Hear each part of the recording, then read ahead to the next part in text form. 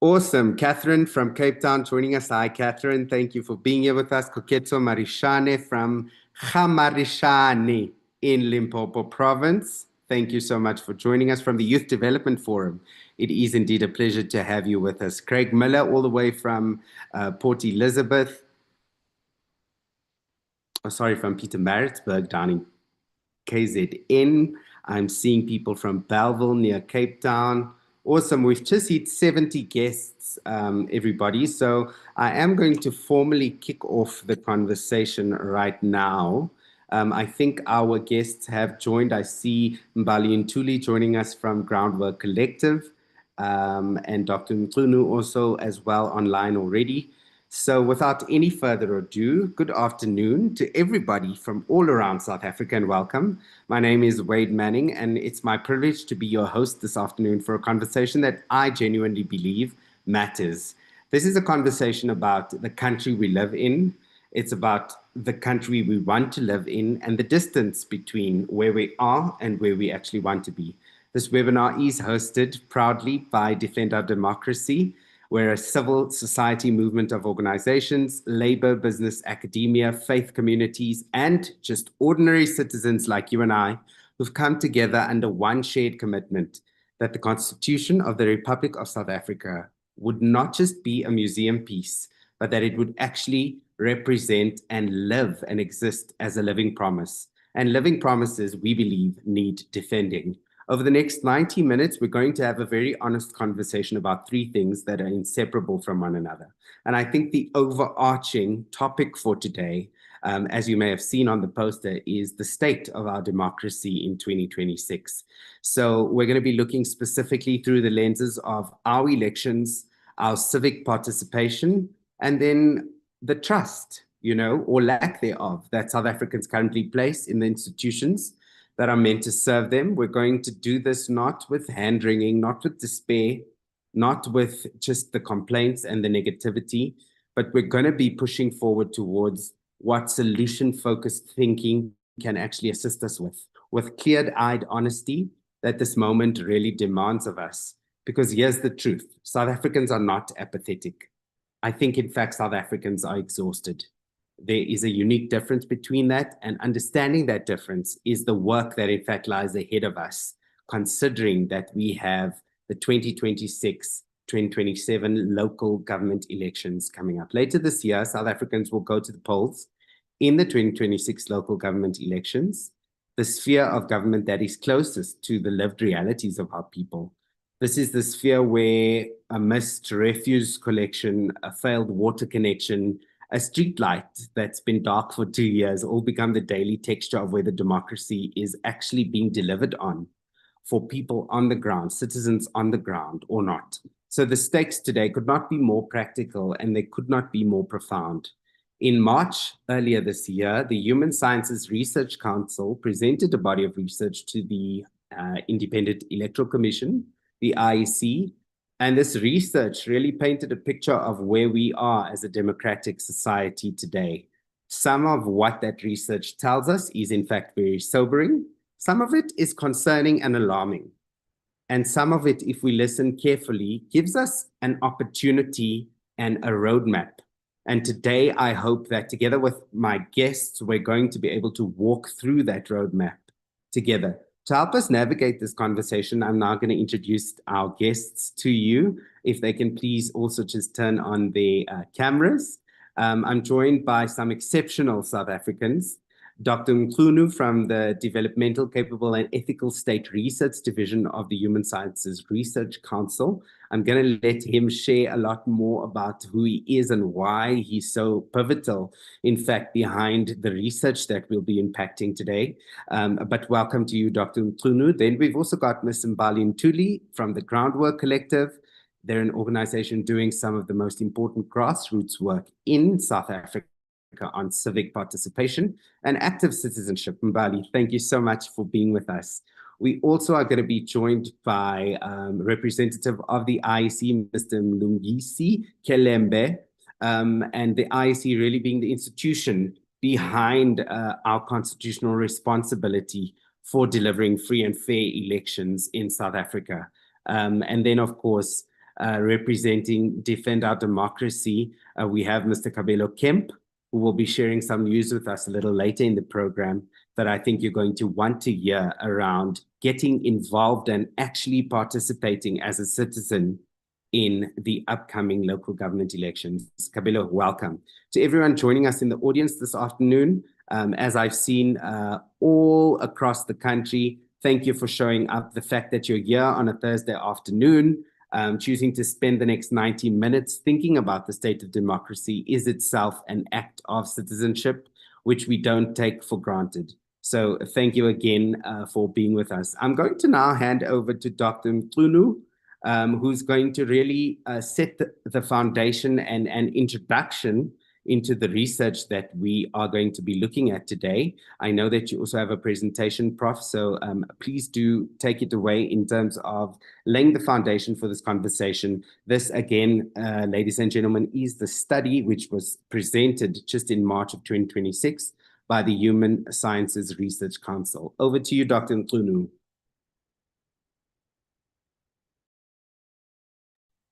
Thank you very much, sir. Good afternoon, colleagues. Thank you so much for taking time to join this all-important webinar. Thank you very much to Defend Our Democracy for inviting us at the HSRC, and warm greetings to all colleagues, including, of course, Ms. Mbali and Mr. Louis Kelembe.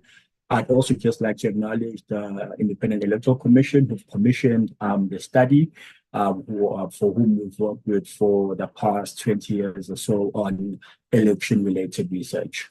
So my name is Ngapheli Mchunu. I am a researcher. I am not alone. Well, I am alone in the venue, but I am not working alone. I've got my colleagues whom we've acknowledged on the cover sheets that we work together with, Dr. Benjamin Roberts, Dr. Stephen Gordon, Dr. Dan, and Prof. Nengapola Mule, just to name a few. There's quite a lot of detail on this slide, so I'm going to try brisk through it so that I do not go over the time I have been allocated.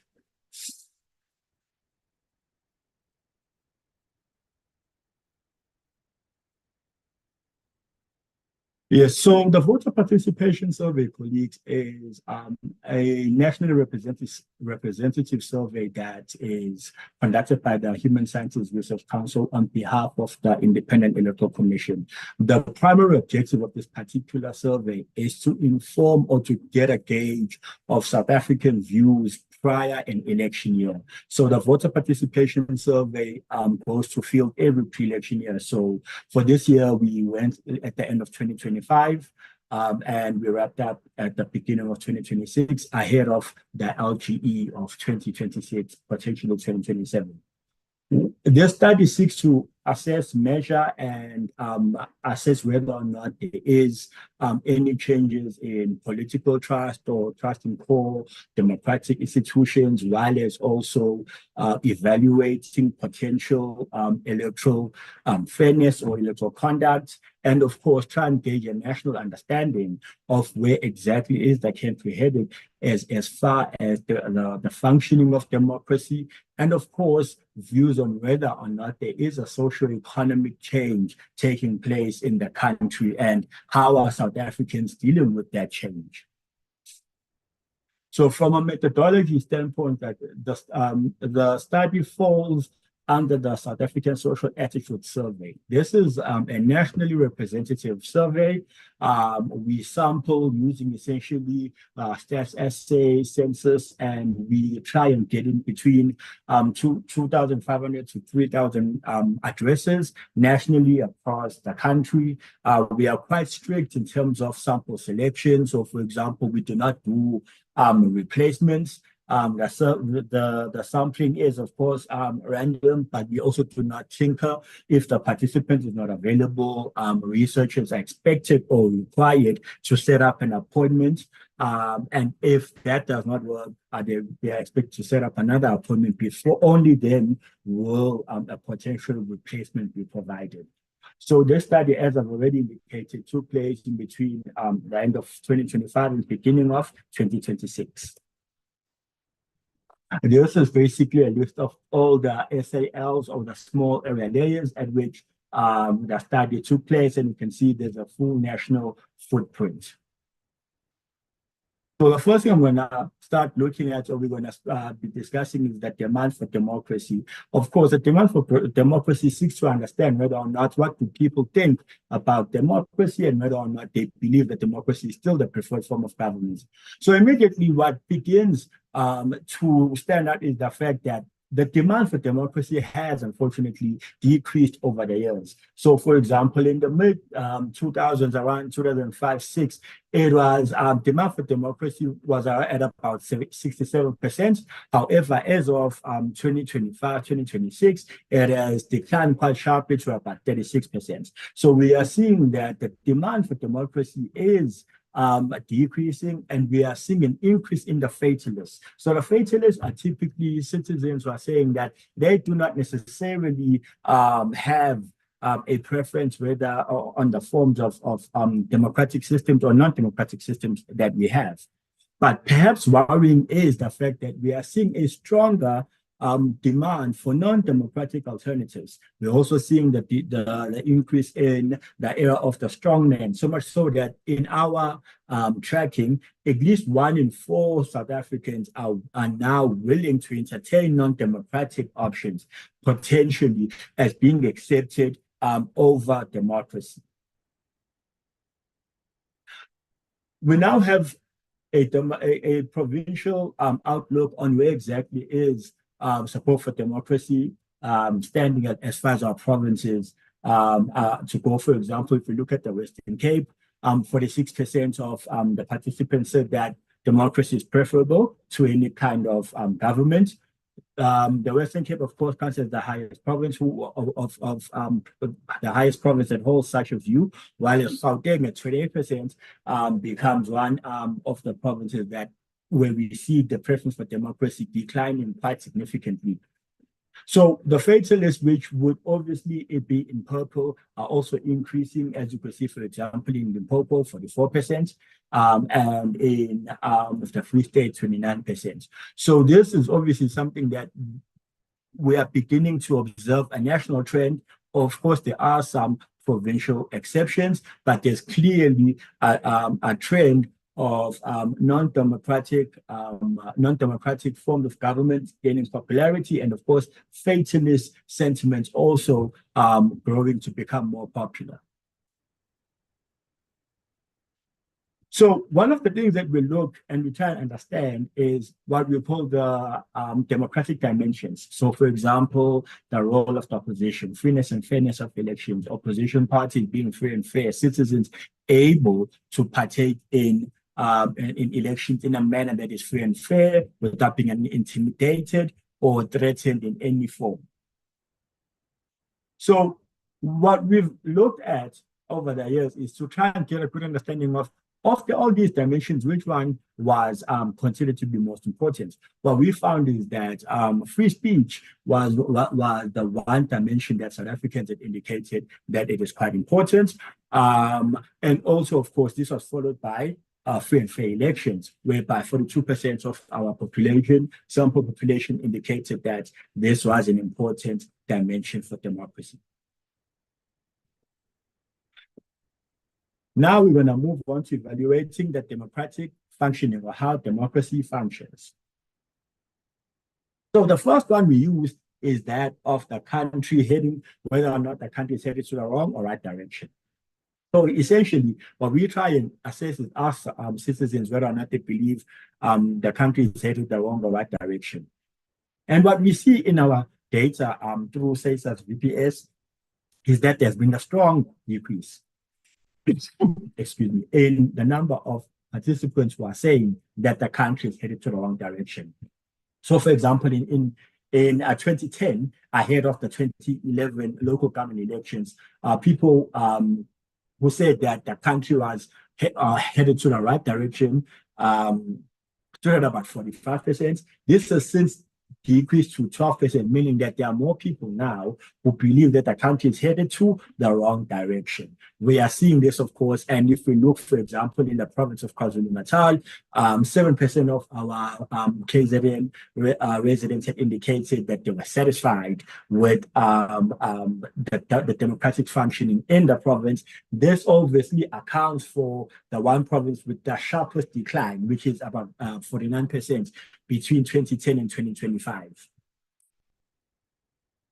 We also then look at perceptions of socio-economic conditions and whether or not these have stayed the same, gotten worse over the past 5 years. And we look at 5 key or core components. We looked at perceptions of corruption, cost of living, unemployment, crime and safety, service delivery. So immediately we begin to see that corruption, according to most citizens, has gotten worse over the last 5 years. Over 80% of our sample population shared such a sentiment. And this is similar, of course, to the cost of living and unemployment at 80%. And of course, crime and safety, just at under 3/4 of 73%. So what we are seeing here is that there is a clear dissatisfaction with corruption, cost of living, and of course, service delivery or the provision of services. Also, 59% of the participants believe this has gotten worse. This becomes particularly important because we are, of course, in local government election season. And as has been already acknowledged, local government plays a critical role in the provision of services. So what we begin to see here is that there isn't much to write home about as far as whether or not citizens believe that service delivery has improved or not. It clearly shows that citizens believe it hasn't improved. And then we then look at evaluating how democracy is working in South Africa.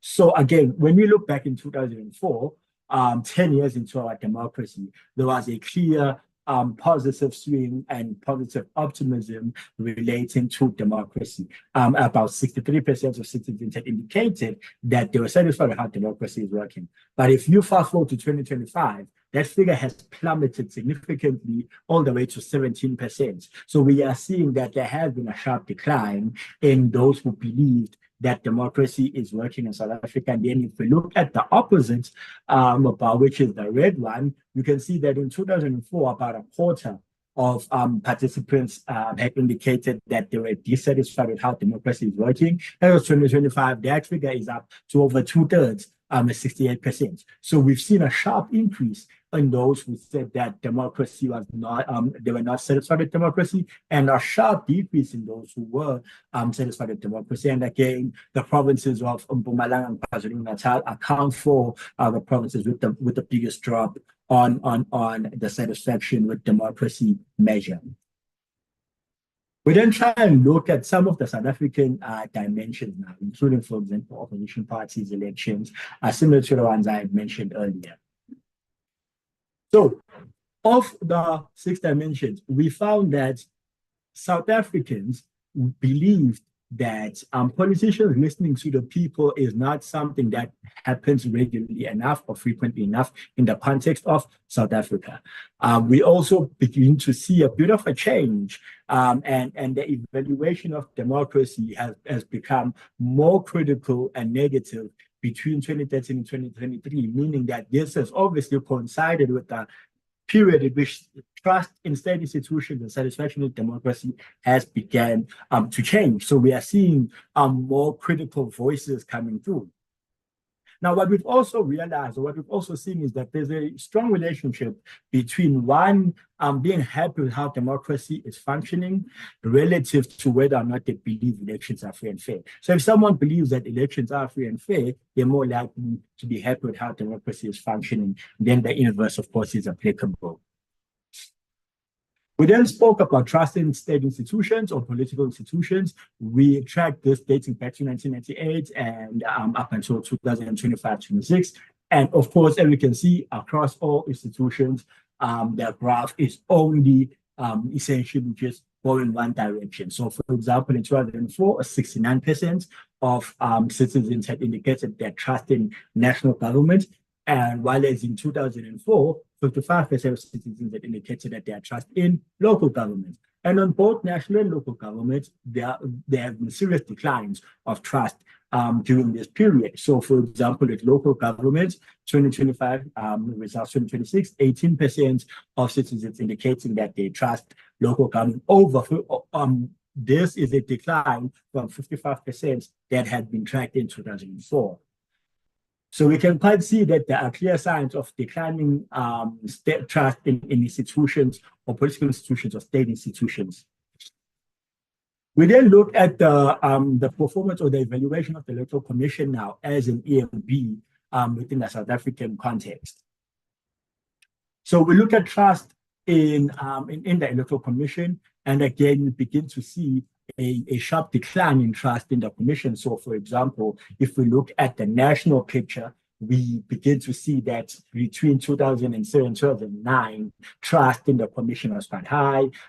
Trust reached levels of 74%, nearly 3/4 of trust in the EMB, while as we then began to see sharp declines, and as of 2025-6, trust in the Commission is now down to about 32%. Then when you break down the provincial trust or the differences, we can see that provinces such as KZN and Northern Cape have become highly not untrusting of the Commission, while as provinces such as Mpumalanga and Northwest, of course, declines being visible, but not as much as the aforementioned provinces. So we again begin to see a shift in the evaluation and the trusting of the IEC as an electoral management body from citizens.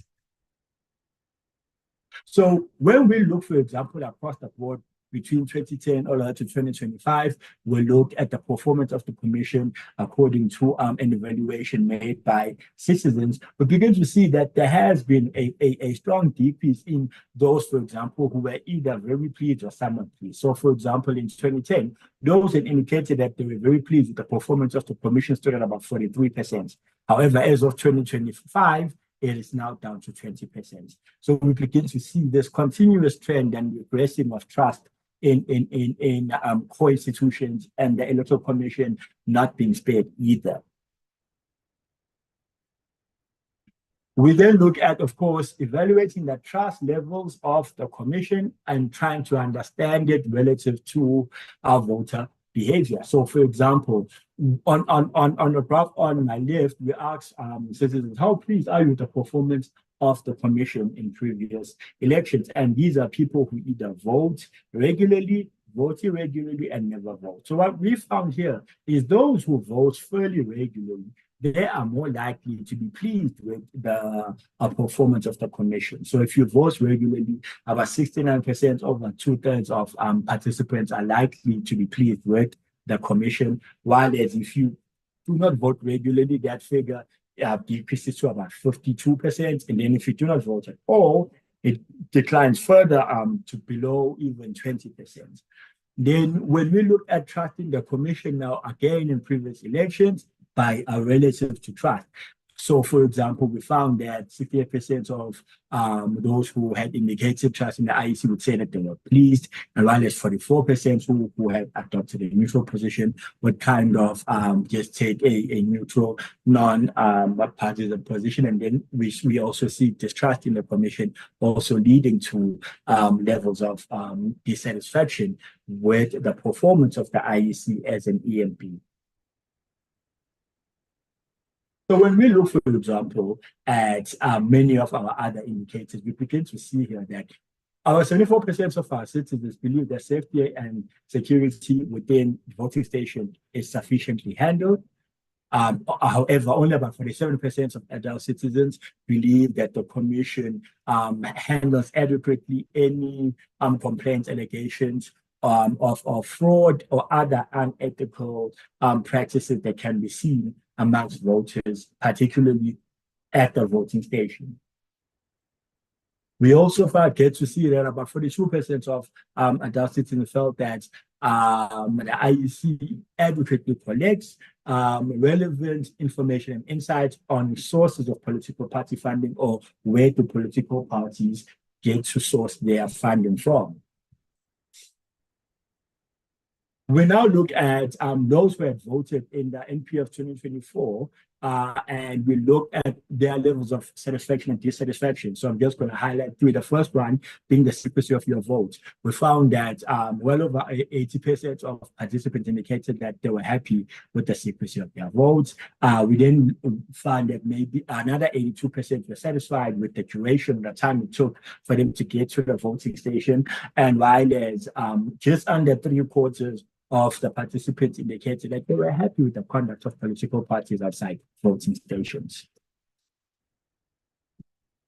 We then further look at other core measures that have to do with the evaluation of the IEC on election day. So, for example, we found that about 90% of participants indicated that the IEC had been helpful, and about 78% said the IEC had successfully resolved conflict. And we found that about another 88% said that IEC officials on election day were also friendly. So we begin to see quite positive evaluations of IEC staff or IEC performance by those who had voted in the last general elections of 2024. Now we look at electoral integrity.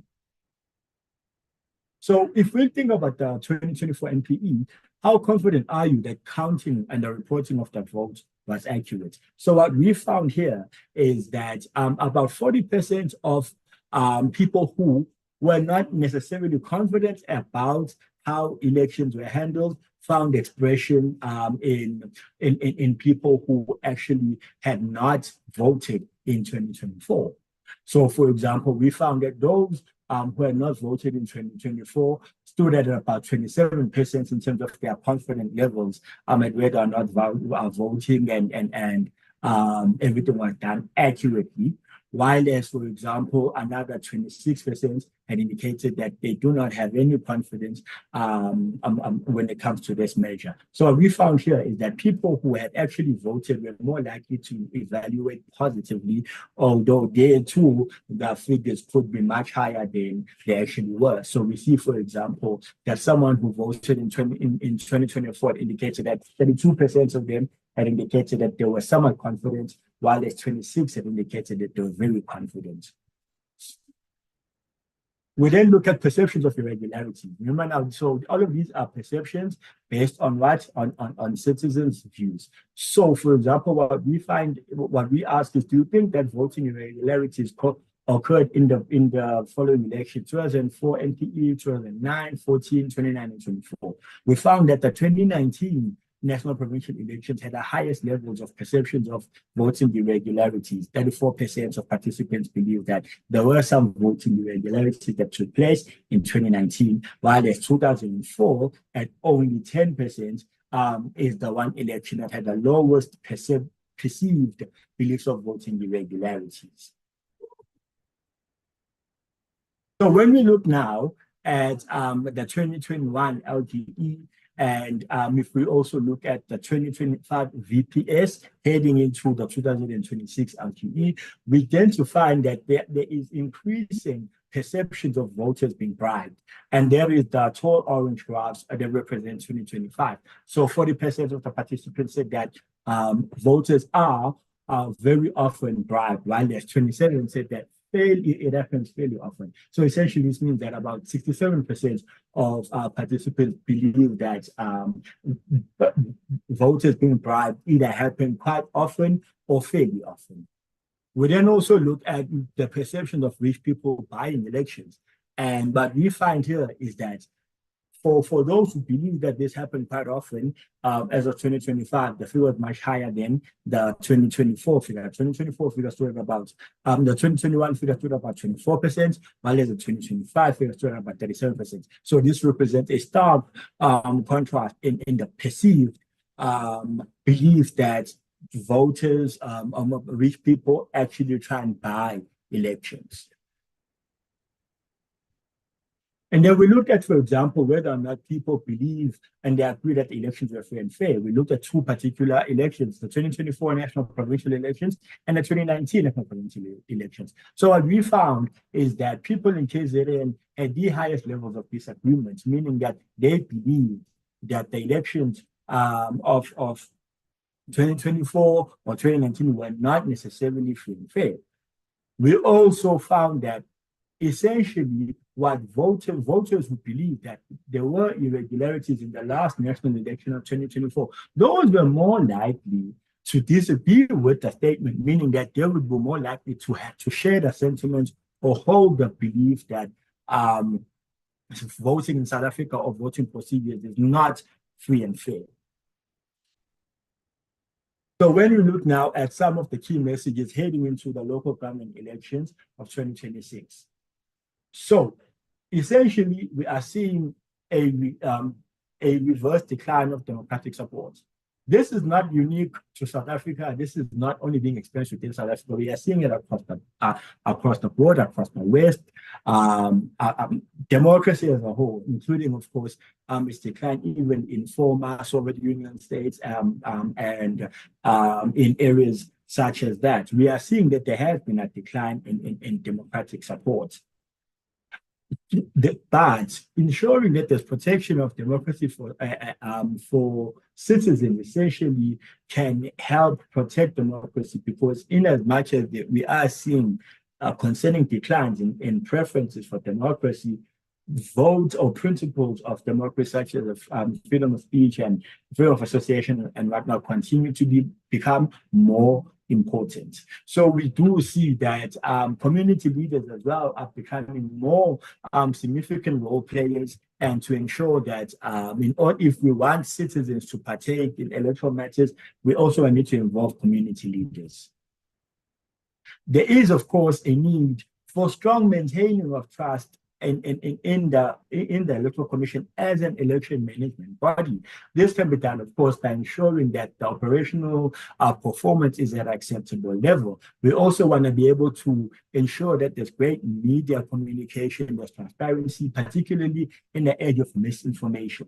Because with alternative forms of media, including, for example, platforms such as TikTok, there's a lot of unregulated information that is often spread in those platforms. Those need to be monitored quite carefully. And with that, I'd like to bring my presentation to a close, and I look forward to the Q&A session. Thank you very much.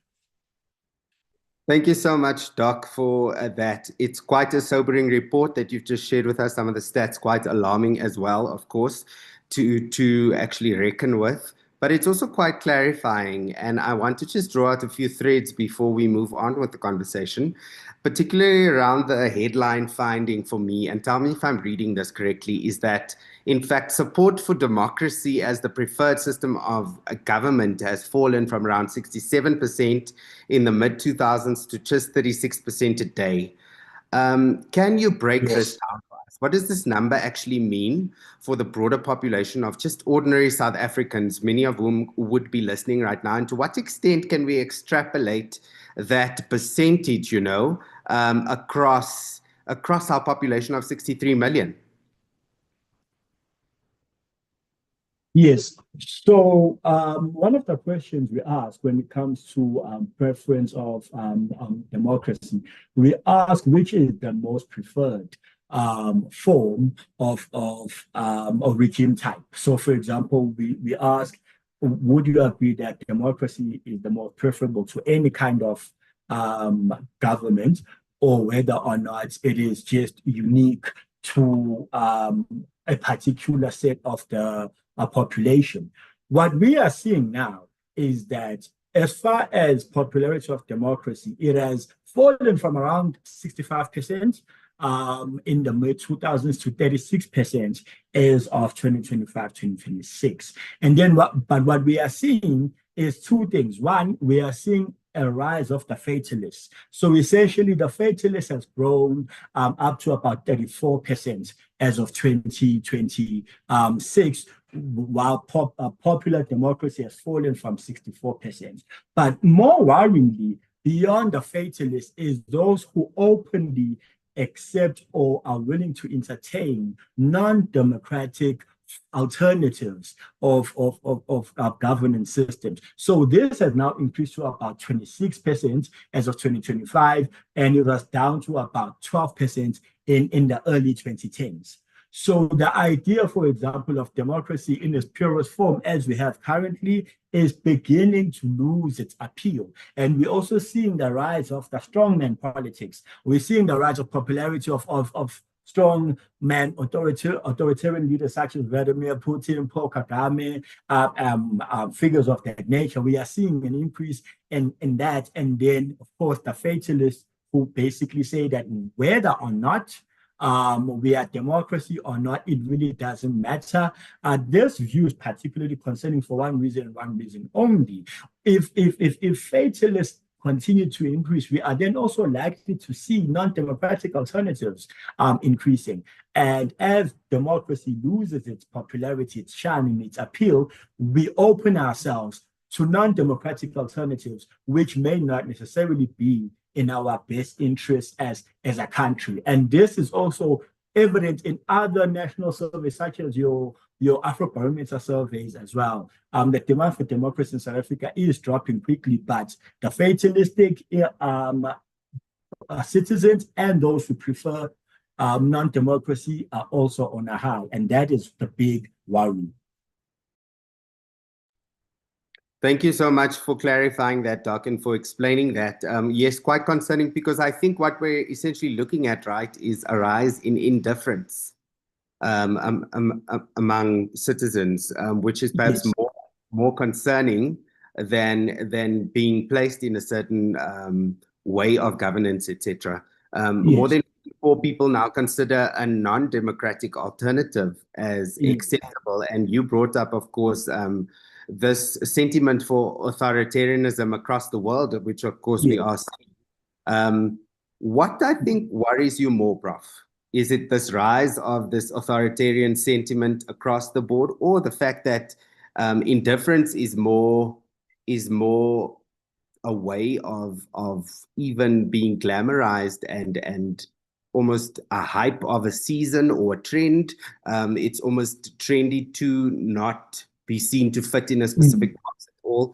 Those two are, of course, quite polarizing in their own sense. But what worries you more, and what are some of the drivers for how we got here? I am seeing a couple of hands pop up. I just want to let everybody know that we are going to be taking questions in a collective at the end. So if you can, please hold your questions as we go along, and then please also pop them in the chat section so that we don't miss anything as we continue the conversation.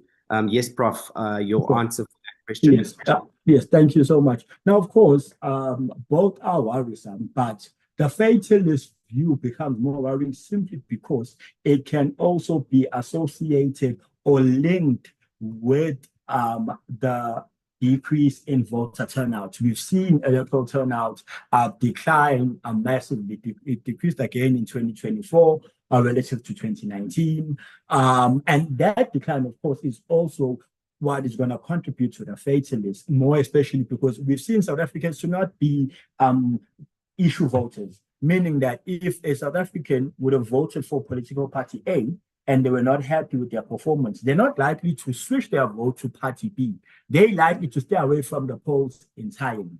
And we are seeing this continuous trend. Now, this trend is also, of course, going to coincide with the fatalists, because essentially becomes a matter of, it really doesn't matter because my needs are not being met in any case. But of course, those who openly call for non-democratic forms of government are also a worry, simply because this is where you get to see populist sentiments as well. You get to see populist leaders and demagogues and people who will use the plight of citizens and to call for perhaps maybe non-democratic forms. You've seen, for example, some preference in military governments. We've seen what has been happening in West Africa with the failures of democracy and the increase in military dictatorships. So I'd say that the fatalist definitely, because they increase in numbers, but also there is a gap for the populist-driven non-democratic forms that we are seeing increasingly, not just in Africa, but in other parts of the world. 100%. Thank you, Doc, for that. I want to now move to Mbali quickly to get your voice in on this. And I want to drive a little bit deeper just behind what it is exactly that's driving this kind of shift in sentiment. Of course, a lot of things to consider that has happened in our democracy in the last 30 odd years. The study finds that South Africans who say they support democratic values still believe the country is heading in the wrong direction. Only 12% who do think actually that we are on the right track. Mbali, to you, how do you believe we hold these two ideas together?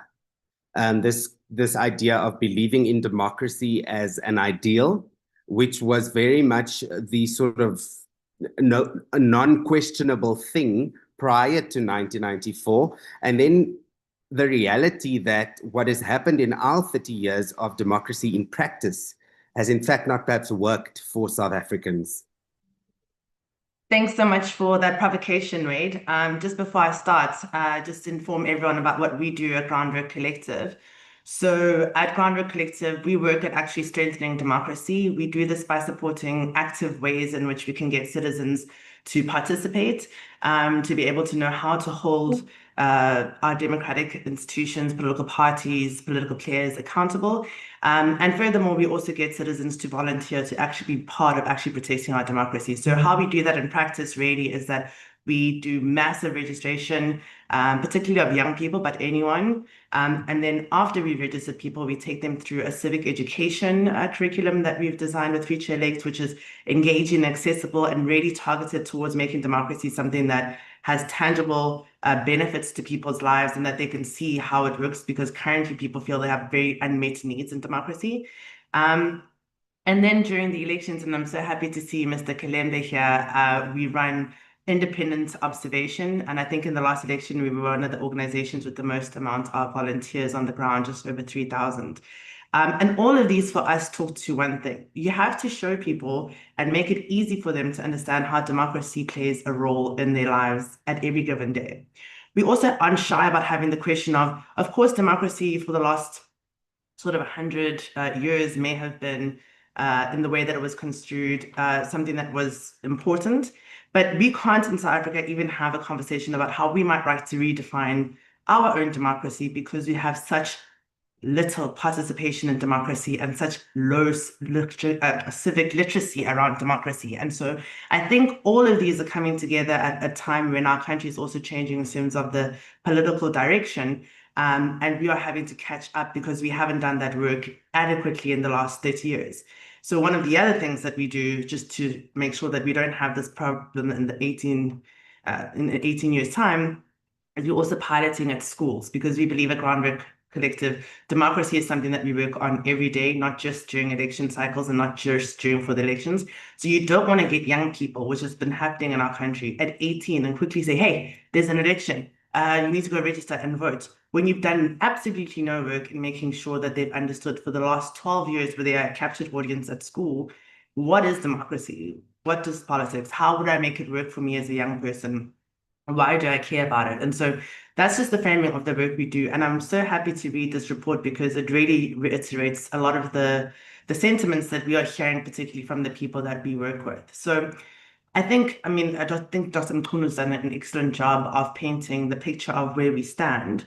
And I think that, with all of the sentiments, particularly 36% of people saying that democracy is not preferable, and another 34% saying it doesn't matter, that's 70% of citizens essentially having given up on the idea of democracy. And through our work, what we've seen is that when people say that, it's because they felt that it's unmet, it's not met many of their needs and many of their goals. So this is also then, of course, deepened by just the societal conditions that we find ourselves at the moment. I think, 81% said the cost of living standards has gotten worse. 80% continue to say that unemployment has gotten worse. Myself is included in this statistic. 75% of us are dissatisfied with the general economic situation. And for too long, because we also had a hegemony of one political organization that had a majority, I think people felt that even if they voted, there was unresponsiveness from the political actors that were there. And that's what's caused them to become disillusioned and to become apathetic. So I think some of the work that we need to be talking about is, if people are feeling disillusioned and opting out of the democratic process, where are they expressing these needs? Obviously, protest is a huge form, 4,500, protests we have in our country every single year.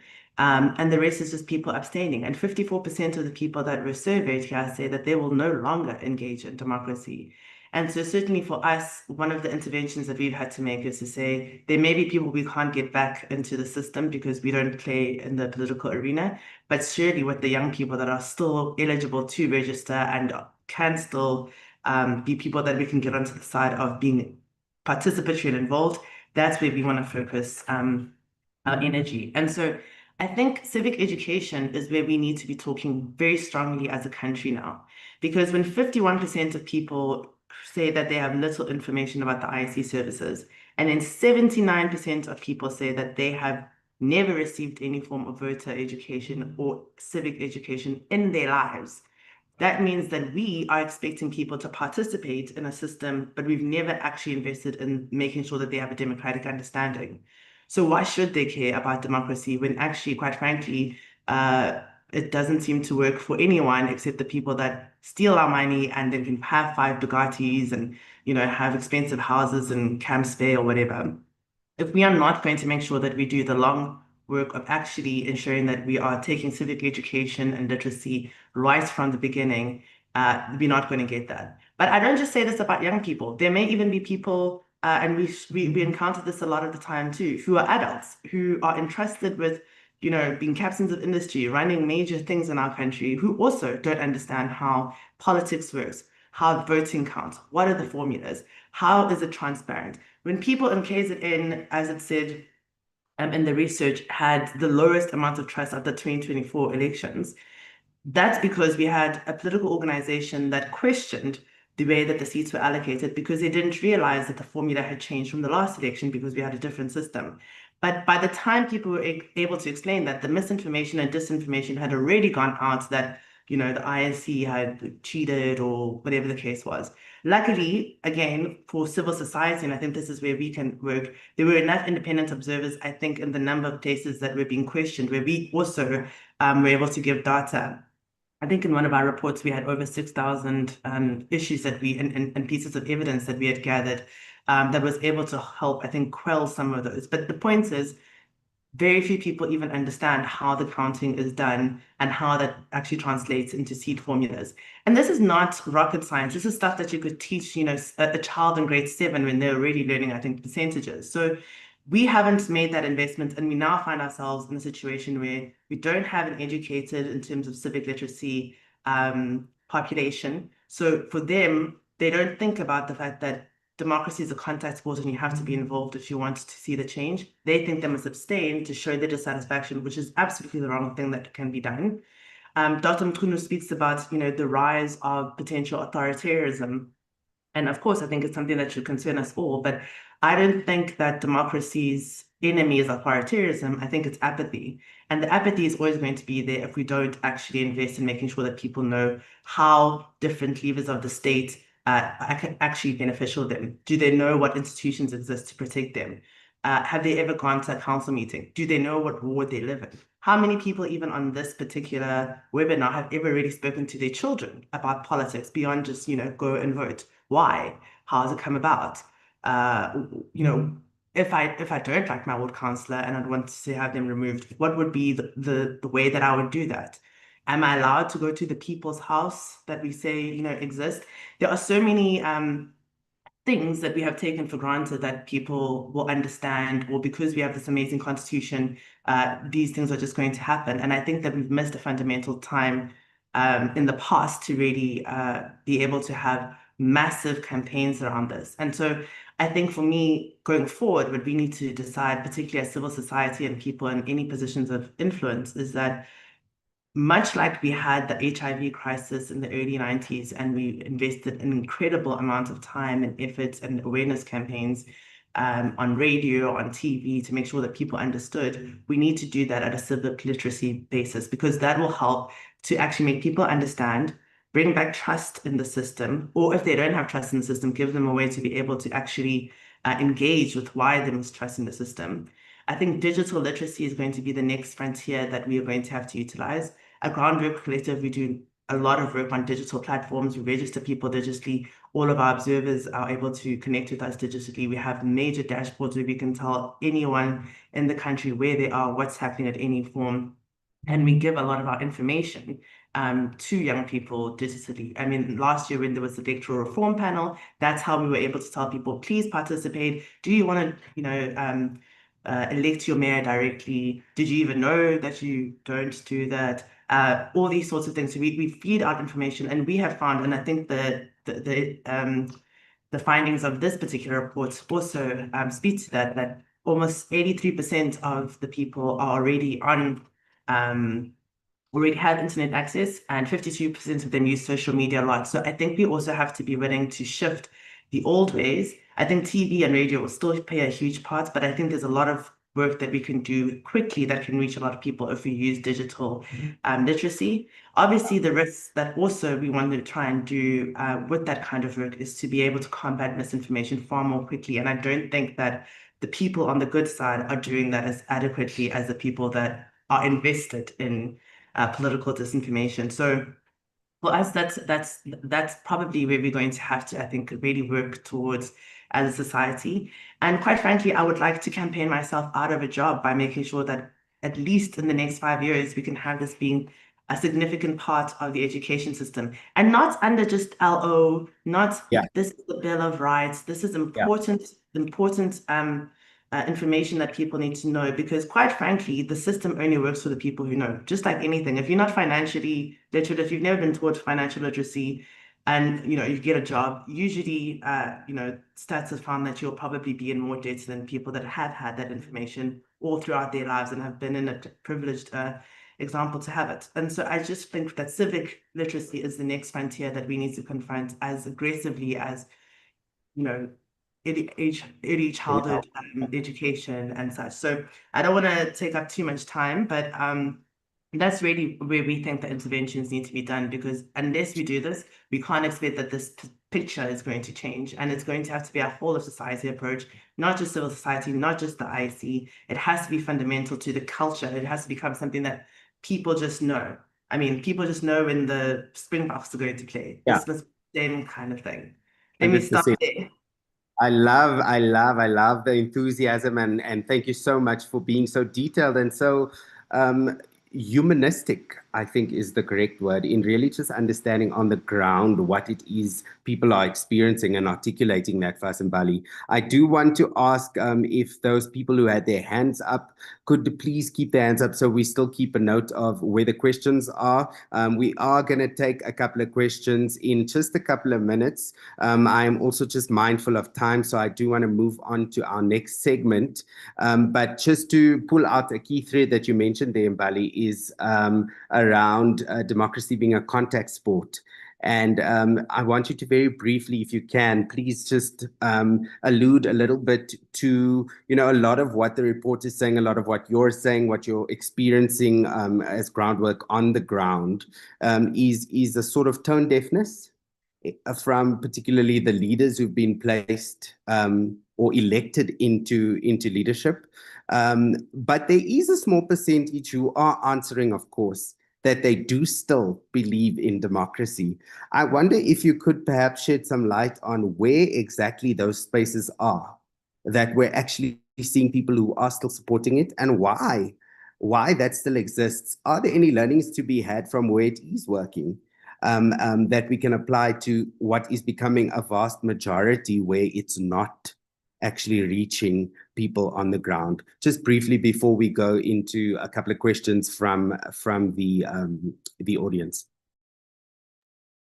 So in my previous life, I was also a politician, and so when I speak about democracy being a contact sport, I also talk about it from the side of what politicians think.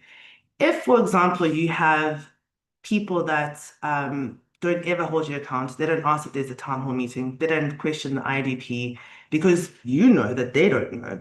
Nothing really incentivizes any political party beyond maybe just if they really have good people to have to do it. And I think this has become cyclical in our country, in that you'll have an unresponsive councillor, let's say, for example, people will complain, but they won't participate in any of the things that they should participate about. And so the council can always just come back and says, well, we had the IDP, you didn't raise this then, this is not my problem.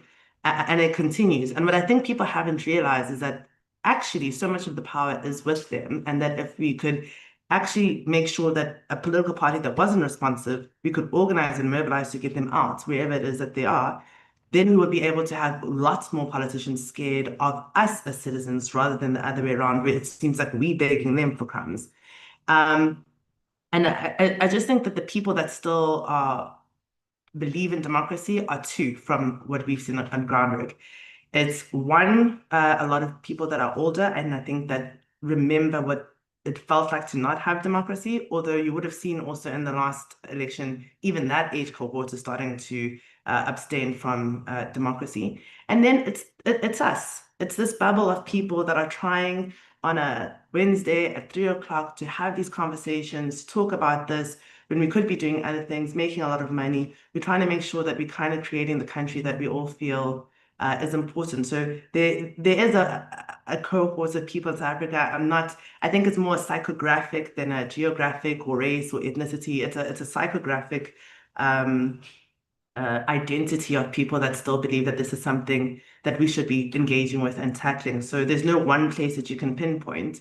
And I mean, for example, KZN is probably one of, in some ways, the most democratic province, in that we change around all the time. If you ever want to start a political party, come to KZN, someone's going to vote for you.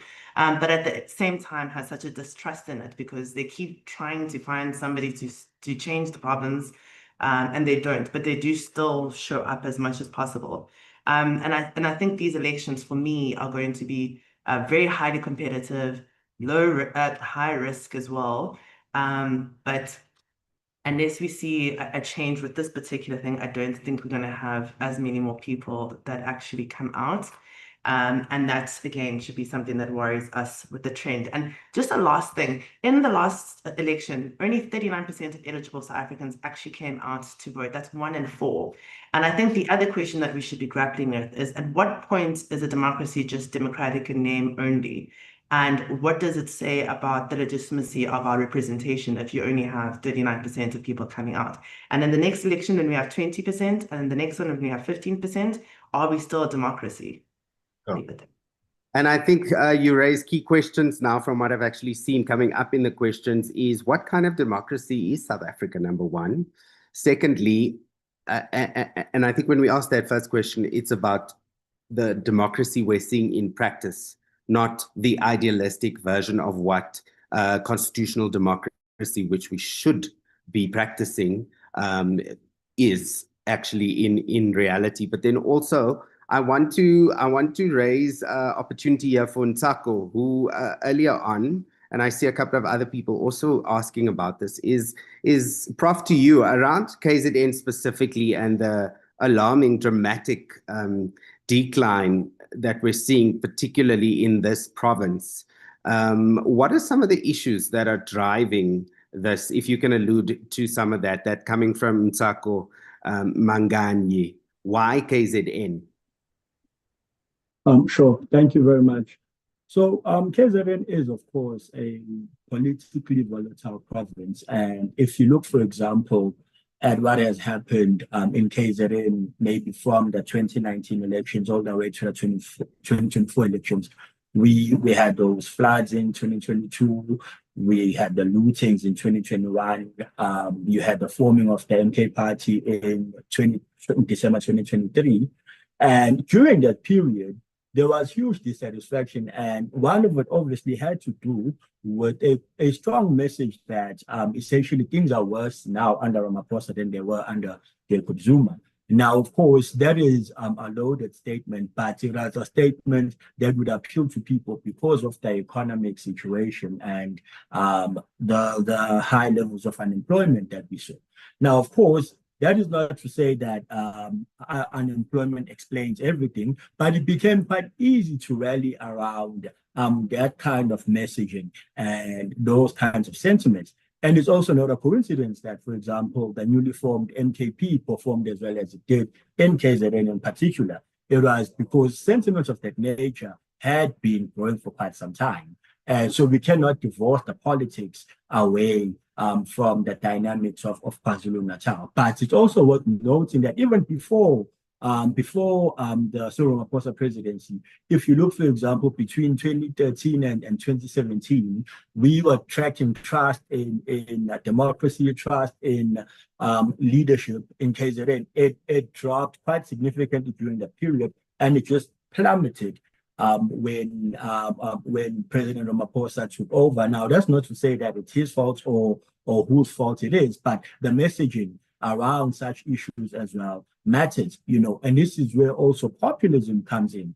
Our democracy is, of course, facing a serious challenge of populism, like many other democracies, even more established democracies. However, the danger with our populism is that the messaging is always is crafted so well to such a point that it for someone who's not necessarily well informed of what's happening, it becomes very easy to believe what they're saying. And even the Electoral Commission has fallen victim to this. And as Bestuli indicated earlier on regarding the change of voting systems and counting systems ahead of 2024, a lot of voters, for example, were not aware of that. And parties like the MKP ran on that, and they went to court as well. They took the IEC to court on several matters, and of course, mostly because of what happened in KZN. However, because of the populist and how information is shared around South Africa's democratic development, you now had a situation whereby it was the IEC that was actually chasing around the MKP to go resolve matters in court. But a lot of people were not aware of that because, of course, the way information is spread now is not necessarily spread in a way that is accurate and that is truthful. So it becomes easy to mobilize around populist sentiments, and as I said earlier on, the popularity of non-democratically elected leaders. Populism is the biggest driver of that. And of course, increasing poverty and unemployment rates make it much easier for such messages to land on people's ears because, of course, they are looking for alternatives, and it seems like there aren't any alternatives. So provinces like KZN present such a case. But before then, we had the province of the Northwest. We did quite a lot of research in the Northwest. The Northwest had also showed quite similar levels of decline heading into the 2019 elections. And I'm pretty sure ahead of election 2029 in particular, we're going to see another province that will reflect these changing electoral dynamics and sentiments around democracy, service delivery, and good governance. Thank you so much, Doc, for addressing that for us. I think we will revisit the question and the conversation around KZN in just a little bit. I want to now go over to Mr. Mlungisi Kelembe, who is the representative from the IEC. I'm seeing a lot of questions also coming through regarding how citizens can get involved at grassroots level, organizations can get involved, assistance on education at the grassroots level. And I do know that Kabelo Kemp is going to address some of what mobilization looks like and what our role really can be as citizens in the upcoming elections a little bit later. So I haven't ignored those questions. I do just know that Kabelo will be addressing that a little bit later. I'm going to hand over right now to Mr. Mlungisi. If you can please put your camera on, Mr. Kelembe, as well as your unmute yourself, sir, and take us through what you have to offer from the IEC perspective. Of course, some of the stats also showing us that faith in the IEC is something that has also come up in terms of declining trust around some of what the IEC's responsibility and duties actually are. I hope that you can also address that in speaking to us today, sir. Over to you. Thank you very much, Wade, and good afternoon to everyone online. And I'm happy to see lots of familiar faces and names on the screen. My name is Mlungisi Kelembe. I'm Head of Commission Services in the Electoral Commission. It is really an honor to join you today. And I really want to thank the DOD for the invitation. DOD has always been our most important stakeholder, especially when it comes to election observation. My presentation today is in two parts.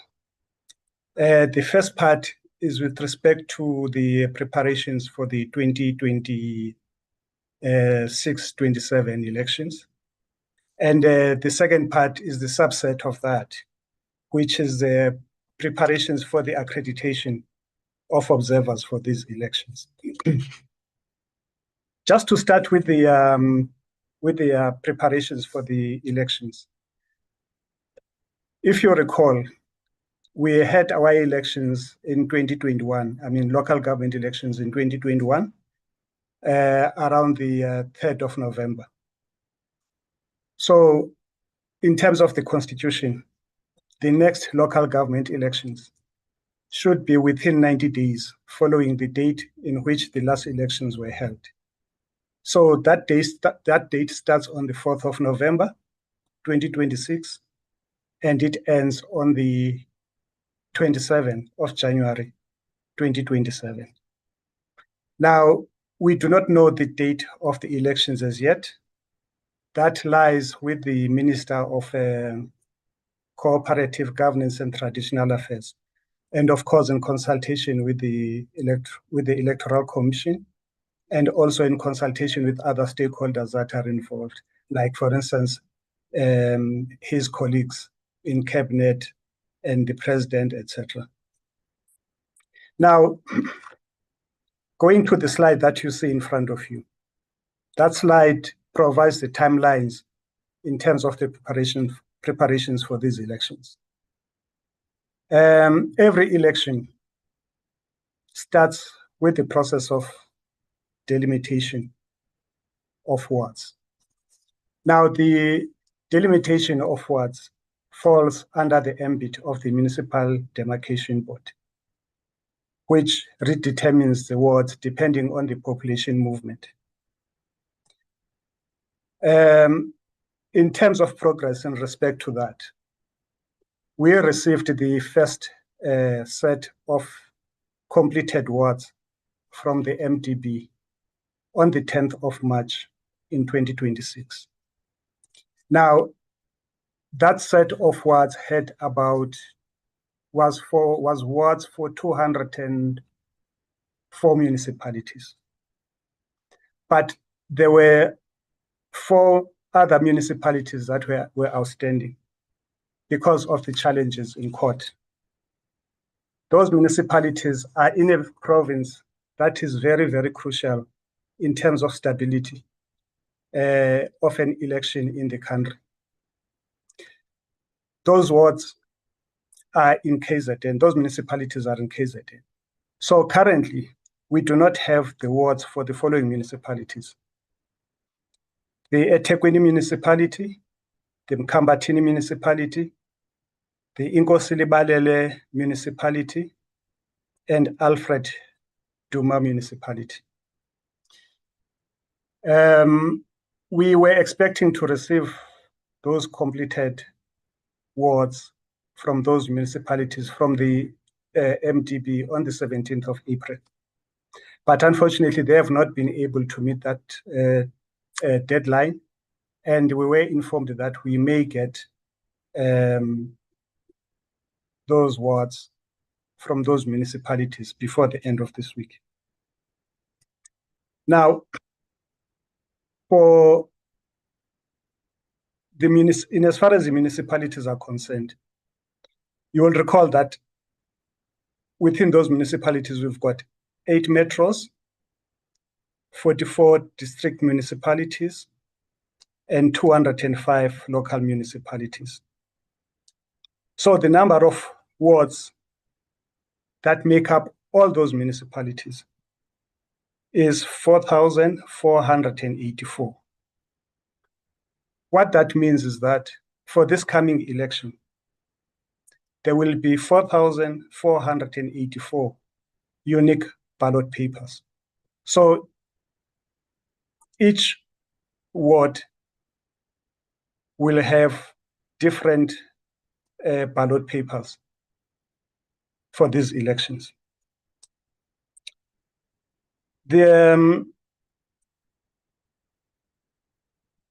following the submission of the completed wards by the MDB, we do our own VD delimitation, because in each ward there has to be a voting district. So we are busy with the 204 voting districts that from the delimited wards that we received from the 204 municipalities. Now, what's gonna follow after that? Those municipalities that have been redetermined by the MDB, in terms of redetermination, that means a ward will change boundaries, which will affect the allocation of voting stations. We are going to start a process of what we call targeted communication and registration, so that we inform the affected voters in those municipalities and in those wards that their voting stations have been changed. So we are starting with that process on the 8th of May, and our intention is to finish on the 17th of May.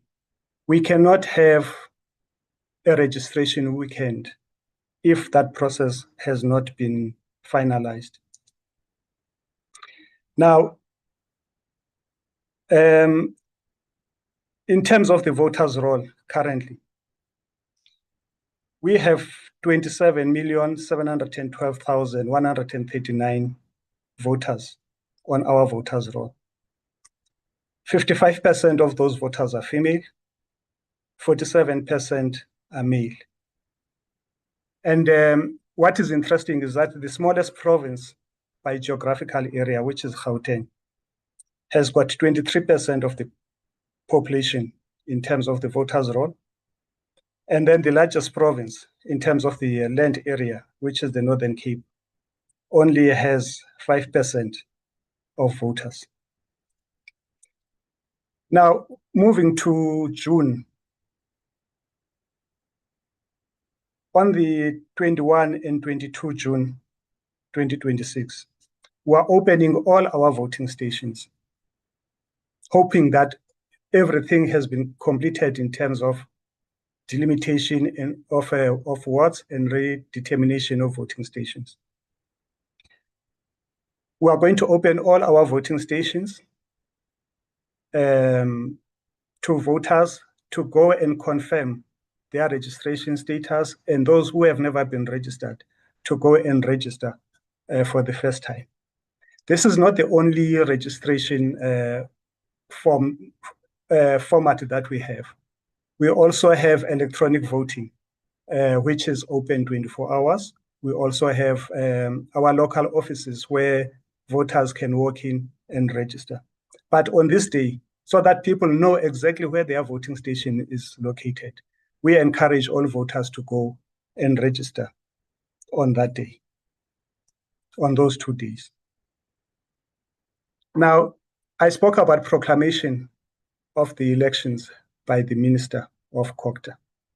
We are hoping that after the first registration weekend, the Minister at least will announce the date of elections. Announcement does not mean proclamation. It's just to get people aware when the election will be. So we are expecting that just before or after the registration weekend, the Minister will make that announcement. Then in July, we will be making arrangements and preparations for a second registration weekend, which will happen on the 1st and 2nd of August 2026. That registration weekend is the last registration weekend that will be announced. That will be proclaimed by the Minister, or whereafter the Minister will proclaim the date of the elections. Now, the proclamation of the date of elections means one thing, that the voter registration stops on that day, because the the voters' roll that has been proclaimed on the date of proclamation is the voters' roll that will be used at the elections. So meaning that anybody who registers after the proclamation date will not qualify to vote for these elections. Anyone who changes their voting station after the proclamation date will have to vote in the old voting station, because on the database of our voters' roll, we will have the voting station of his or her previous confirmation. The other processes then obviously follow, but there are timelines to each and every process. That is, the timelines differ between a week and 2 weeks. This is where now everything must be followed to the letter. For instance, if you take the voters' roll, there will be a period for objection on the voters' roll submitted by every member of the public or a political party. The commission has to consider all those objections, and the commission has to certify the voters' roll, having resolved all those objections, and they have been agreed to. And then there will also be a date for the submission of candidates, which has to be adhered to. And there has to be a date for the objection to the candidates lists. And there has to be a date for the commission to publish the finalized candidates lists. Now, if you look there under September, there is also special votes. For local government elections, voters are expected to vote at the voting station where they registered, where they confirmed before the proclamation of the date of elections. The special votes we're talking about there are the special votes that will take place 2 days before the elections. For local government elections, there is no Section 24A, because you must recall that each voting station or each voting district, voting station and voting districts are used interchangeably. Each voting district has its own unique ballot paper.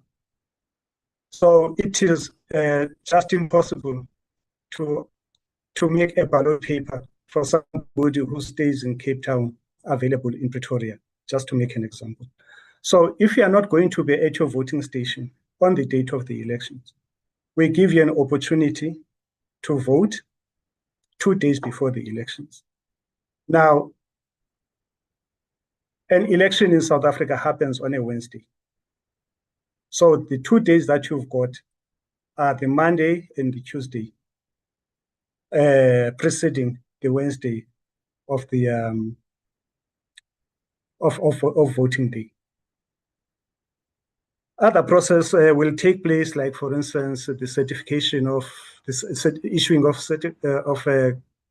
certificates to candidates, the signing of the code of conduct and ballot paper draws, the launch of the results operations center, etc. Now, at the end, if you see there in that timeline, Snake, we do not have the actual date for voting. Hence, we say voting day will either happen in 2026 or 2027.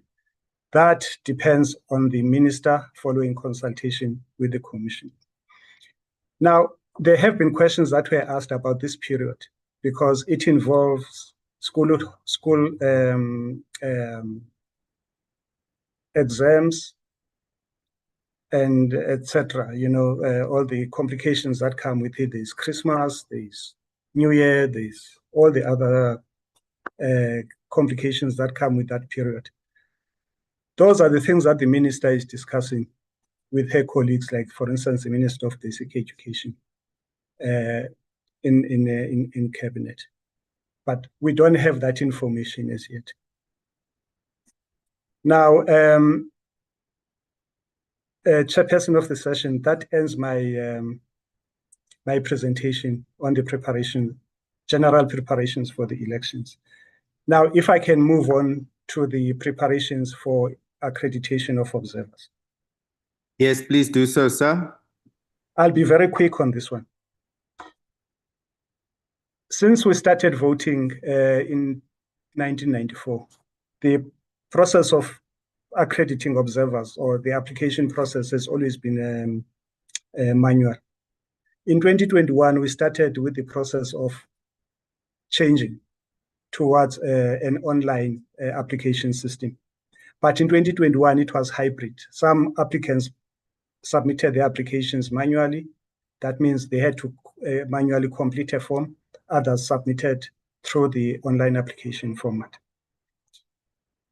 In 2024, we invited interested organizations to apply for accreditation using both formats.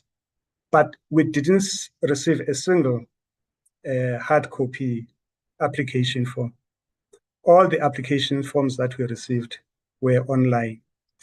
But now the regulations say we must submit the application form manually, which means having to complete a hard copy application form. We didn't want to be caught with our pens down on this one. So we changed those regulations so that only the online application form should be completed by applicants. Now, the amendments of the regulations has its own process. The deadline date for the submission of inputs for those amendments to the regulations expired on the 16th of April. We received quite a number of inputs, but all of them around 3 areas. The first, that we should make sure that the online application does not close the door for those who do not have access to devices like a computer, a laptop, etc., and who don't have access to data. And secondly, when applicants apply, they should know what the criteria are that we used in determining the success or the failure of the application. The third one was that the applications, there should be a clear indication from us as to who has been accredited and who has not been accredited. We're taking all those into consideration, but in short, Program Director, we expect the application to open on the 1st of June, 2026. And then all the other processes in terms of capacity development, providing whatever assistance that the applicants might need will commence thereon. That is all, Chair. Thank you so much, Mr. Kilembe, for all that information. Very important information there. I think you've made something clear that I want everyone in the audience really to hear, is that number one, the IEC cannot and should not do this alone. Free and fair elections, it's a national project. It is our project. It is part of why democracy is important to us. And it's not a commission project, which brings me, I guess, to my final guest and to the news that I think speaks directly to the conversation that we've been having today. We've heard this afternoon South Africans are losing confidence. We've heard that civil society has a role to play in rebuilding that confidence. We've also heard the IEC welcome partnership. They've told us about what it is they're doing differently this time around to improve on what the stats are actually showing us on the ground, to rebuild that confidence. The question now is, what are we able to, or what are we going to do about it? And I'm going to hand over now to Mr. Kabelo Kemp from the Defend Our Democracy organization. And he's going to share with us also, Kabelo, just in terms of where DOD currently finds themselves, what they are planning for, as an initiative ahead of the upcoming LGE 2026? And also, if you can just mention also what some of the learnings are from the last time around that DoD was so pivotal from a mobilizing and an observation perspective.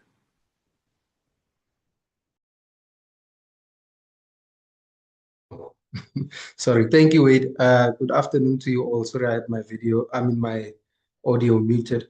I'm going to just run through a quick presentation around the Defend Our Democracy campaign that we had in the last elections. And what this campaign was called really was Election Watch.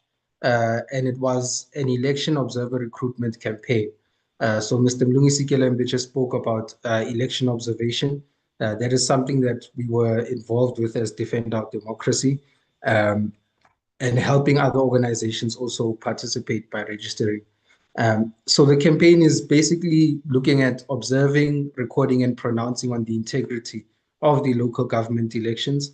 As I said, we did it in 2024 in the national election. We'll be doing it again now in the local government elections. And what we want to do really is ensure the success of the elections by educating and mobilizing South Africans to vote. It's not only about being an election observer, because in order to become an election observer, you need to be someone who is registered to vote. So we take that as a sort of dual responsibility, that we're trying to get people involved in the South African democracy by firstly voting and participating as an election observer. Because we started in 2024, we had already built a wide network of people who are observers. I think you'll see in the comments, there's people who are already saying that they were DoD observers in the 2024 elections. So we have that grassroots presence, and we are looking to just grow on that presence that we had. So in the last election, I want to just go through some of the things that we achieved, as Wade indicated. We were able to have observers in all of the provinces in South Africa, all 9 provinces. And we were able to really do this by having different provincial meetings. We had physical meetings with different organizations in provinces. And for those that we were not able to have physical meetings with, we tried to facilitate those online and in other ways. So we reached all provinces. We got over 1,000 observers in over 500 voting stations. And the reason why I put these things for us today here is because I want to juxtapose them with the reality that we're facing really as organizations who participate in election observation, that we have 257 municipalities in South Africa. We have 4,488 wards in South Africa, and we have over 23,000 voting stations in the country. I mean, the numbers just show you how we have a lot of work to do as organizations who are encouraging people to become observers. If we as Defend Our Democracy, we have 1,000 observers. If the Groundwork Collective has over 2,000 observers, I mean, we're far away from reaching every ward that we have in the country and every voting station that we have in the country. So we really do encourage people, organizations, to sign up and participate in these sort of campaigns. And then I also just shared the overall stats that the IEC would have put out around election observation, and it was that there are over 160 organizations that were accredited by the IEC, over 5,000 individual observers who were in voting stations, and then over 600 international observers, because we also have international missions that come into the country and undertake this role of being election observers. So that's really the work that needs to be done by civil society organizations and just citizens who want to be under organizations and observe elections. Quick risk factors, I think some of these things might have already been covered, so I'll also run through them. So misinformation and disinformation, I think we see now the role that firstly social media is playing in the dissemination of information, whether it's misleading or harmful or inciting violence. We see the role of social media there.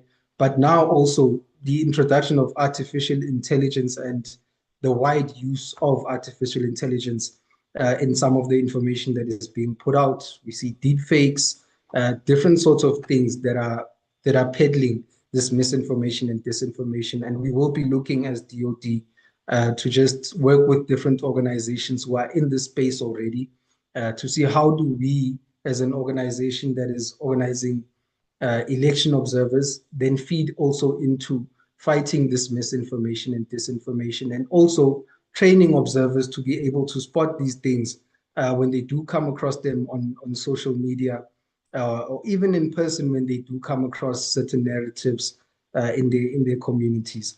Another risk factor that we've highlighted is challenges to the legitimacy of elections. I think this had already been covered by the doctor in the first presentation. The MK, targeting the IEC, also calling the legitimacy of the election into question. But also what we're seeing now is a continuing narrative by the NKP also to say that the election should be delayed because they have a case against the IEC. But we clearly heard that they are the ones being chased by the IEC for that case to be wrapped up. So those challenges, which will likely continue to the election, those are things that we also need to watch out for.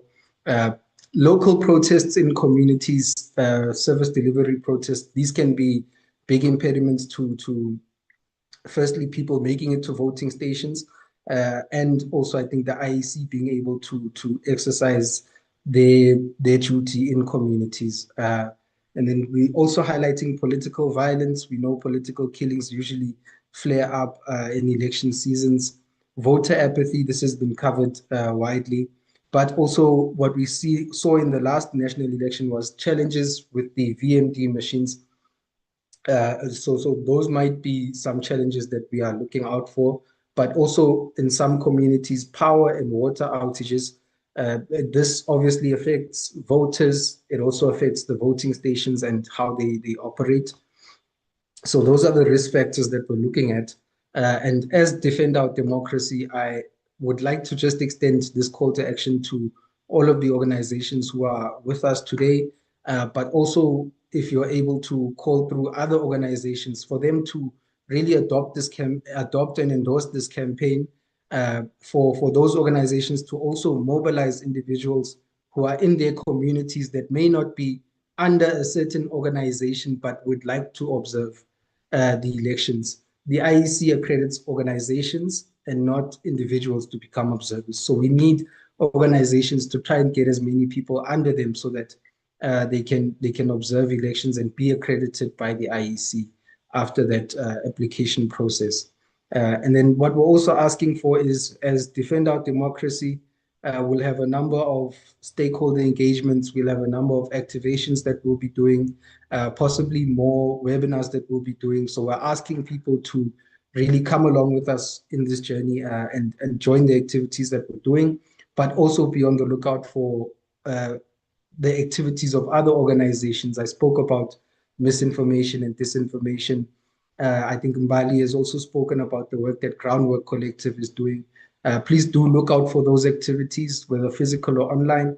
Try and join them, try and mobilize other people to also join, and make sure that we're as informed as we need to be for this upcoming election, but that we also are advancing democracy and protecting the democracy that we have. Thank you, Wade. Sure. Thank you so much, Kabelo. Mr. Kabelo Kemp there, who is the national organizer for Defend Our Democracy organization. As you've heard, and as I've just relayed a note to everybody and every organization who is looking to get involved and participate in the upcoming local government elections, particularly around being an observer in the elections, please do adopt the campaign. Please email Kabelo at defendourdemocracy.co.za. I have left that email address in the chat section. Ladies and gentlemen, I am very mindful that we are slightly over time. However, it would be remiss of me to leave the conversation as it is without allowing for some questions and answers with our guests who are here. So if you will indulge me, please, to our guests for the next 5 to 10 minutes, if you could please, if that's okay for us to take a couple of questions. If you do have your hand raised, I'd like you to just please put your camera on, and our team will also assist just in unmuting you so that you can ask your questions. We are going to take about 4 to 5, let's see how we go, questions, and then look at wrapping up the conversation. Our first person I think that we're going to go with, who's got their hand up, is Albin Bowler. Albin.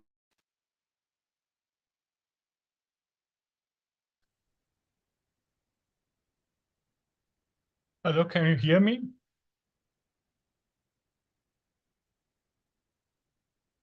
Hello, can you hear me?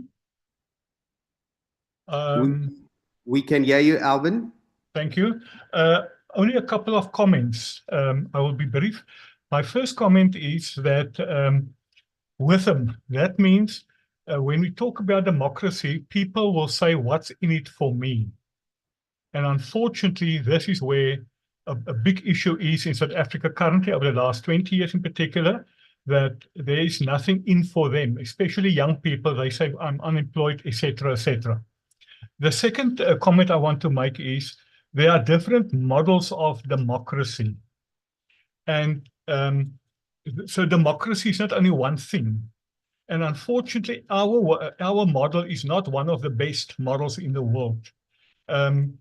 So there's a country called Sweden, where they also have a democracy, and they are very happy with their democracy. And what is the one thing that stands out, which is totally lacking in South Africa, and that is our politicians. It doesn't matter if it's on local or national level. It seems as if they are living in some form of an air bubble, and they don't have any contact with people. Whereas in Sweden, you find that, for example, the politicians, I'm talking about the national politicians, the parliamentarians including, they don't have any security guards. I'm talking of ministers. They don't have that. They travel. They don't have people that drive them around. They travel on trains and buses to parliament, whatever. And that means that the citizens can talk to them while they're on the bus or the train. So it's a totally, and that is why Sweden is also amongst the top 5 countries in the world where people are the most happy. So, but there's a lot of other things involved as well there that we don't have. But it is about what's in it for me. And people don't feel that they are part of a system where they are heard. Because, as I said, these people, even the mayors, they don't always, I mean, you hear so many times that they don't pitch up at some place where they were invited to come and talk to the people in that residential area. So there are different models of democracy, as I've said. Even a place like Russia, they also have a democracy. We don't like that type of democracy, but that's also democracy. So it's a type of an authoritarian democracy, but it is still a democracy. So what we need to do is, and remember when we even when we wrote the Bill of Rights, for example, our Constitution in particular, that was based on, at that time, to opposite apartheid. And the same with how we vote, for example, and how everything is being colored in. So we looked at apartheid, and then we said, this is what we want. So, and it is not working after 20, 30 years in particular, the last 20 years, it's clear it's not working. So at the National Dialogue, it was also mentioned in one of the meetings where I attended that on the Friday afternoon, that we should we should write a new constitution. And we must therefore carve out a new type of democracy because it is not working anymore. That's very briefly from my side. Thank you. And by the way, thank you also for this opportunity. It was a fantastic, once again, event today. Thank you. Thank you so much, Albin, for your input and your comments over there. WIFM being the takeaway, what's in it for me, and asking a pertinent question and raising a pertinent concern around us getting to a point of practicing a democracy that works for us, for the people of South Africa. So thank you for that, Albin. Another hand that's up that I'd like to go to now is Stanley. Stanley, please unmute yourself and give us your question.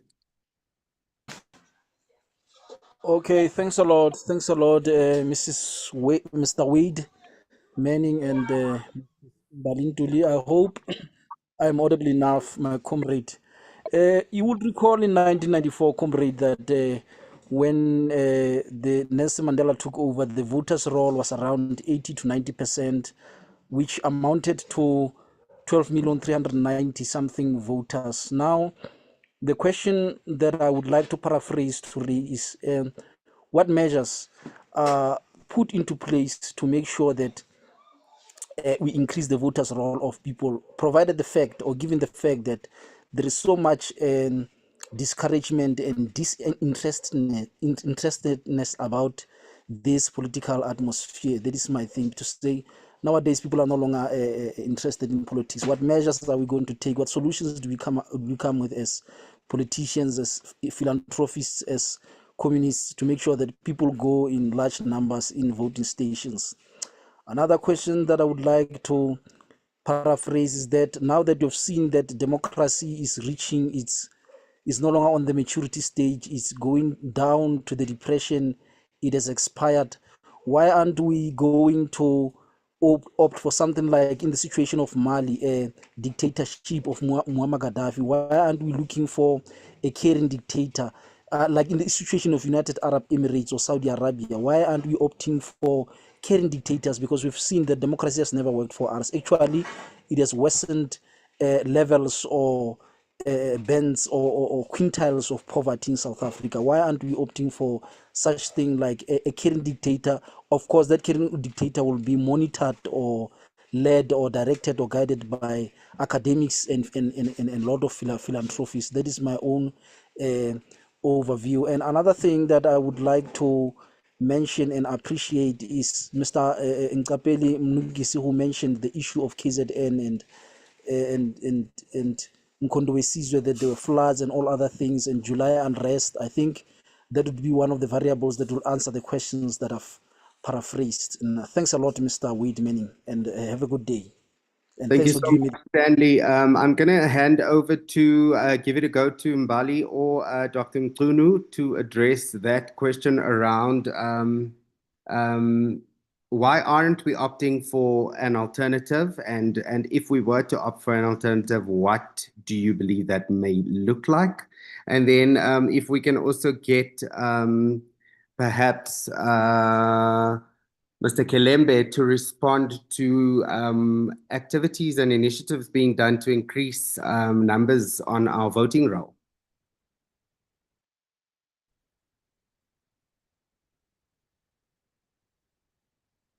I wasn't sure who wanted to go first, so I'll just take a quick stab at it.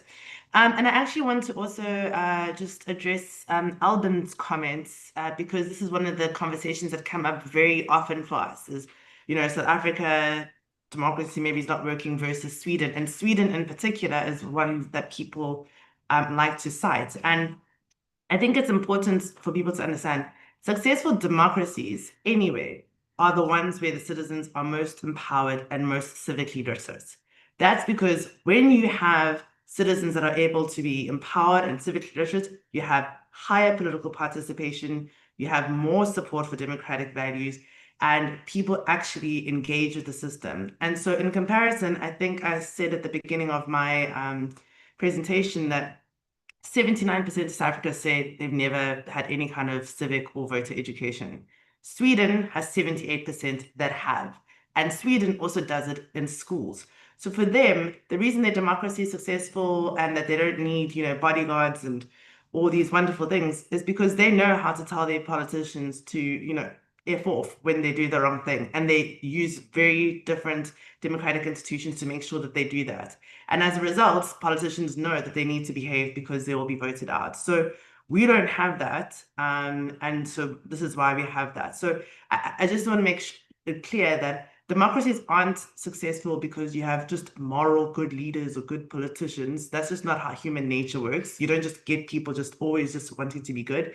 They work because enough citizens actually understand how the system works and what they need to do about it. So for they've made it part of their state where it's in schools. Whereas in South Africa, it's really if you're privileged enough to have met someone or have parents that are engaged enough to put you into, you know, the situations, or if you went to university, or if you are some sort of activist in your community. It's actually a privilege in this country to be civically literate, and it should actually be a right. But that's why you have the differences between formal democracy that we have on paper versus the lived democracy, which for me is the uneven civic empowerment that we have. Just in terms of, you know, one thing that I think the second speaker said about why don't we go into, you know, forms of benevolent dictators. This has been tried throughout history. And the main problem is you could potentially have one really good benevolent dictator that does good things. People love to speak about Lee Kuan Yew in Malaysia as having, you know, really changed the country around and been a benevolent dictator who was good for people. The problem will be when you can't get rid of them because you don't have any democratic tools to be able to tell them to leave office. And then you'll have what we have in the rest of Africa, where even the best of, you know, our political leaders started off in that way and then just stayed there for 79 years and then just helped their children and their their families become political dynasties. And I think our memory is far too fresh in South Africa for how much we fought, how many people died for us to have this democracy, for us to give up on it without actually trying to make it work.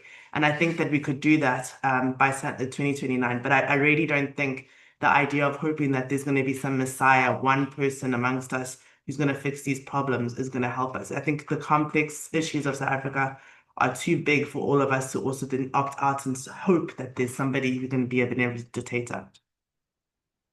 Awesome. Thank you so much, Mbali, for addressing those questions. Very quickly now to Mr. Kelembe. If you could please address the question around what's being done to increase the voting roll numbers. Thank you, Wayne. Currently, we have just over 27 million people on the voters roll. And that number is about to increase once we open up the voting stations for people to register. It normally does in each and every election. Now, according to Stats South Africa, there are about 34 million eligible voters in the country. We are doing everything possible to find the remainder so that we can increase our voters roll from that 27, 28 million to what is reflected on Statistics South Africa. So we are working on that. We are approaching schools.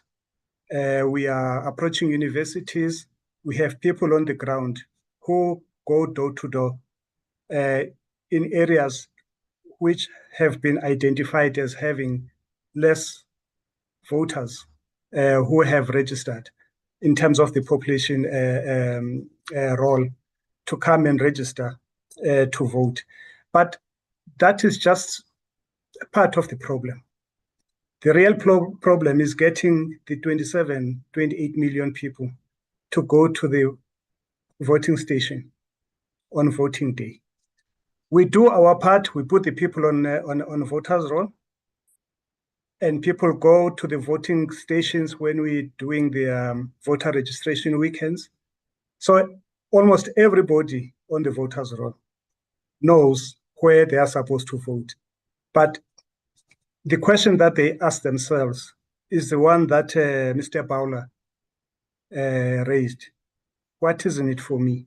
So if politicians cannot answer that question for voters, voters simply stay at home and say, really, what is in it for me? So it won't make a difference whether I go vote and whether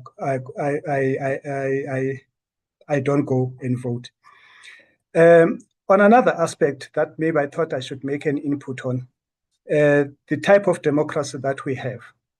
You know, since 1994, for national and provincial elections, we've been running on a proportional representation system. For the local government elections, it's a mixed system where you have got a proportional representation and you also have a first past the post system. What is quite interesting is that for national and provincial elections, the level of participation on voting day is higher than the local government elections. And the local government elections is one that's very important because it affects each individual voter. at that basic level, which is the local level. But people don't come to the voting station to make their mark as much as they do on the national and provincial elections. But having said that, Parliament commissioned, let me say, a commission to look at an alternative electoral system in South Africa, in what is called the Electoral Reform Commission. That Electoral Reform Commission was set up in 2023, but is still consulting right now. And it had submitted its report in Parliament, and Parliament is looking at that report. We expect that very shortly, Parliament will make a recommendation to South Africa as to which electoral system the country should follow. That won't be effective these elections. It won't be effective. I doubt if whatever amendments are done or changes are done, they would be effective in 2029, because whatever system that they suggest, it will require quite a lot of electoral amendments